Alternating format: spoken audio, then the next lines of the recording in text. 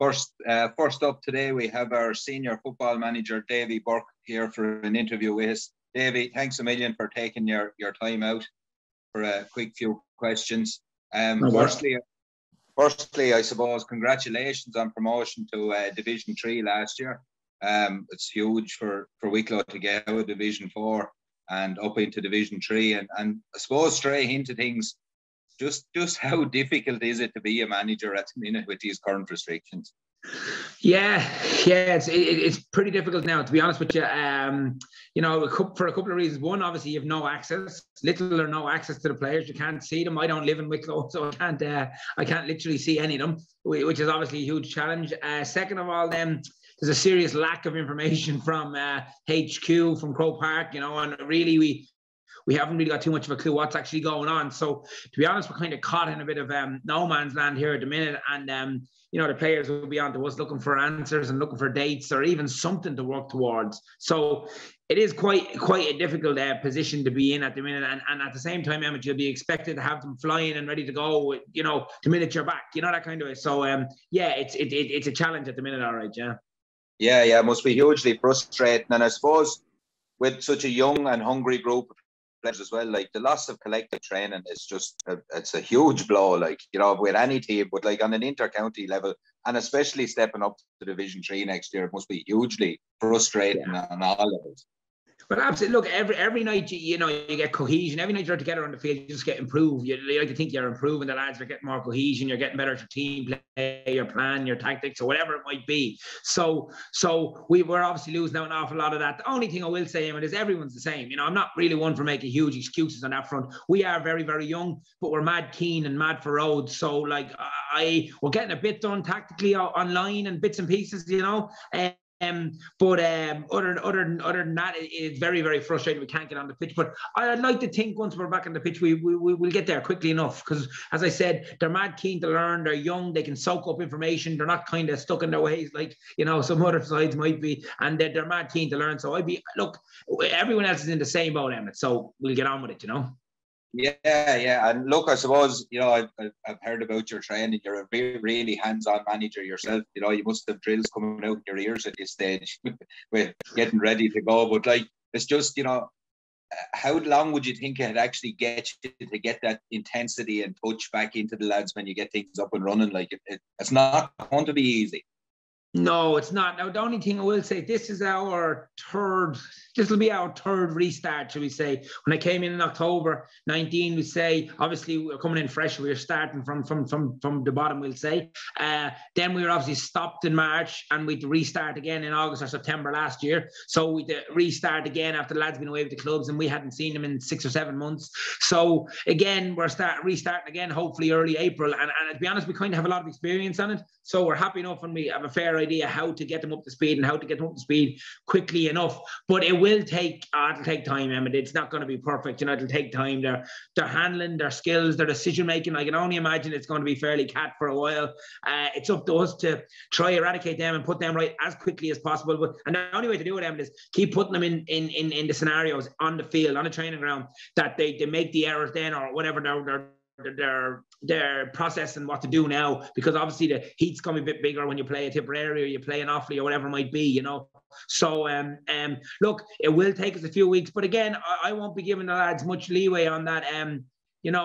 Limerick can't touch the ball at the minute. Tip can't touch the ball at the minute except individually. That kind of way. There's no one, in my opinion, there's no team up any mountains training that kind of way. So I think everyone's in the same boat, and the Wicklow lads will be expected to get their skills up to speed rapid, and everyone has a wall, everyone has a back garden, everyone has, something, a younger brother you can belt the ball off or something. You know what I mean? So the Wicklow lads will be expected to be back in early April, we hope, and up and running as quickly as anyone else, Yeah, look, I suppose you have to put a huge amount of trust, as you said there, in your players to do the likes of that at home and everything. But it does strike me that you're dealing with a very driven bunch, to be fair with these. Even to speak to some of the young lads, that they seem very driven towards what they're doing.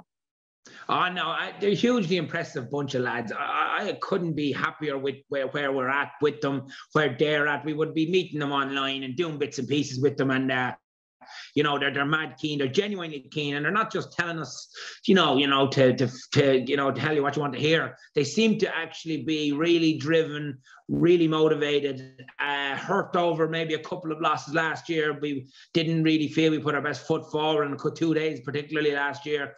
And, that would be hurting these young boys and the management team and everyone, So I think to be honest, I couldn't ask for more from the group. Now, I just hope, obviously, conditioning wise, they come back in reasonable order, so we can focus on football, because that's what it's going to come down to, Emmett. Ultimately, if we can get 4 weeks of football, or 80% of our sessions football, we're laughing. We'll have no issues whatsoever.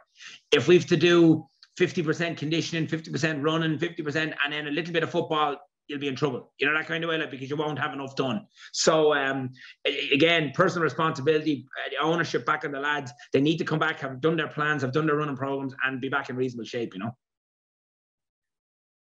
Yeah, that's it. And I suppose, look, you've touched on it. You're not getting a lot of answers from headquarters at the minute. As I said, I've done a little bit of management, and you're always setting a target, maybe whether it's 3 weeks down the line or your first round, or you're always trying to set a target. But just going forward, I suppose, what does Davy Burke want for Wicklow in 2021, as much as you could foresee? Look, we'll be looking to go to Division 2. Let's be honest about it.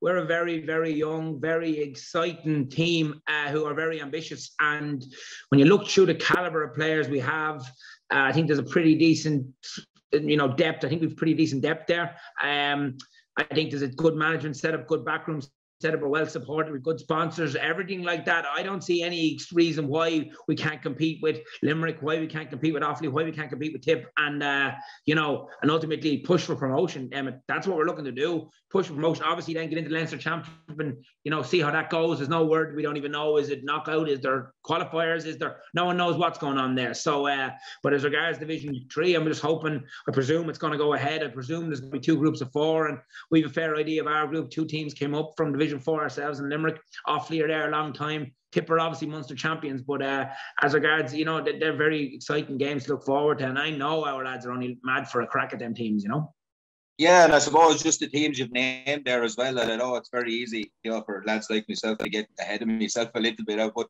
I wouldn't see any reason why any of those teams would hold any fears for you, to be honest. You're well capable. I know we've been in Division 4 for a while, but that monkey is off our back now, thankfully. And none of those teams should hold any fear for this Wicklow team.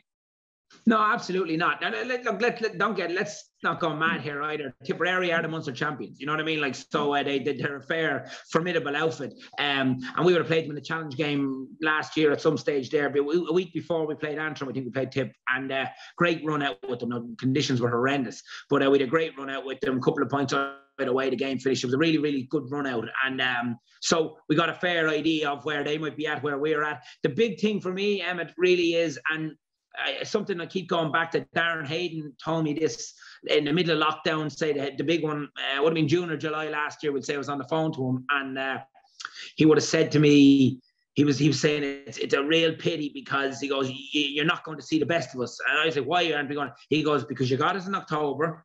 We were training October, November, December, or whatever we were doing, right? January, February, heavy ground. And by the time we're going to get back, we're going to September, October, November, and it's going to be terrible ground again. And he says, we're a hard ground team, athletic team. We like to run over teams. And he said, that's when you see the best in Wicklow, is always on a good day. Any good championship performances, and the best Wicklow performance, in his opinion, who's a fairness to him, he's a lot more experience than I have of Wicklow performances, and he would have told me that. So that would be something I'd be hugely looking forward to. Now, we get back in April, then hopefully hard ground in May, hard ground in June. Young, exciting, athletic side. You go back to the game against Meath. It was like men against boys, wet, heavy ground. We were stuck in the ground, and they were just beating us up, essentially. I'd like to see that game on hard ground, that kind of way in June. I'd like to, and obviously another year's experience, another year's S&C, another year's all that type of stuff under the belt, So absolutely, we are looking forward to Division 3, and it being played in the summertime or whatever, in hard ground time, happy days. Yeah, and I suppose we're just, as I said, we're kind of guessing at the minute it's kind of looking like the inter-county scene, as you said, there probably will be first, possibly. Yeah. Does that leave it just a bit awkward on yourself with regards to unearthing a couple of new lads, or are you happy enough where you are? Or I know you're always looking for someone, but no, we're happy enough. We have, well, not that we've unearthed anyone this year. We've a couple. We'll have Patrick O'Connor-Wacker from Blessington is back in with us now. I'm led to believe a good young lad from Bray is coming back in. Aaron Murphy. He was away there travelling. He's back on board now. To be honest with you, the most exciting, like the likes of Ross O'Brien, to be honest with you, is what I'm hoping is going to be the new man for us. To be honest with you, is obviously Ross was injured last year and just couldn't get fully back up to speed quick enough, after the cruise ship. So to be honest, and I'd be heaping it onto Ross too. I'd be expecting him to be full back or centre back for us, and he knows that, and ultimately that's where he wants to be. And all that does is, then in my head, where does Niall Donnelly move to? Where does Jamie Snell move to? Where does Oisin Manning move to? Where does Paddy O'Kane move to? So that's the level of competition that I want to create, and I hope the likes of Ross. Also, Nicky Devereaux there is coming down now. Dave's older brother is coming down to join us. So there's huge competition there between all them boys. And to be honest, we'd be very, very happy. John Crowe was in from Pats. So I literally we could line out Emmett with a new backline next year or this year. That kind of way. Literally, we could line out with a whole 4 or 5 new lads. Which to be honest, all that means is now everyone has to be on their toes. So everyone's on their toes, and we had a fairly good defensive record outside of probably 2 bad days of the whole year. We had a fairly good defensive record last year, and to be honest with you, I can only see us getting better with the addition of some class players there, to be honest. So obviously lockdown and not being able to see club games, etc., isn't a help. But I do think we've got, to be honest with you, very, very close to the best players in Wicklow on side. I don't really think there's anyone. Rory's a bit of a loss, let's be honest. Rory Finn is retired. I thought he was excellent, to be honest. I thought he was brilliant from Antrim on. I thought he was exceptional. He really, really was, just his leadership. And I just really thought, so he's a loss. But again, we've all these good young lads and everyone wants to talk about them. Well, let's see them. That kind of way. Finn has moved on. Let's someone else step up now, So it also, can we get more out of Garrod Murphy? There's loads of lads. There's loads of lads there that need to push on now. And there's a Rory played every game wing forward. Well, there's a wing forward jersey now available for someone, So it should be exciting for everyone, Yeah, and I suppose just to finish up, I won't hold you too much longer. Is there any stopping this Dublin team in 2021?